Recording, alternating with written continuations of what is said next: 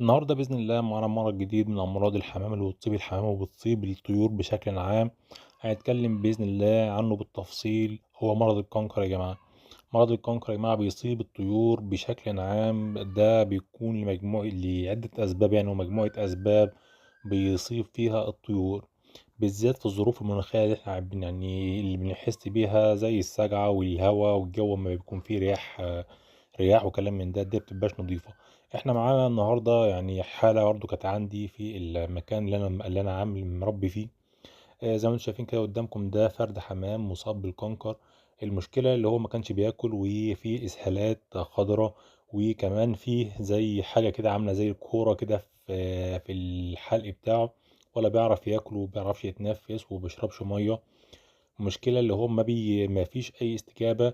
كان لازم أتخلص من الفرد ده، ولازم برضو اللي أنا نجيب أدوية ونجيب مضادات حيوية